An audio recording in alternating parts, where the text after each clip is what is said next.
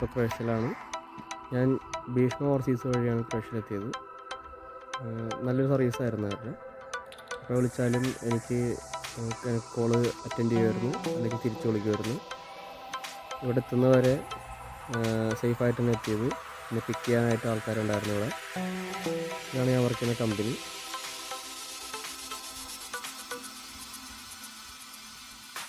ഞാൻ വന്നിട്ട് 3 ആഴ്ചത്തോളമായി.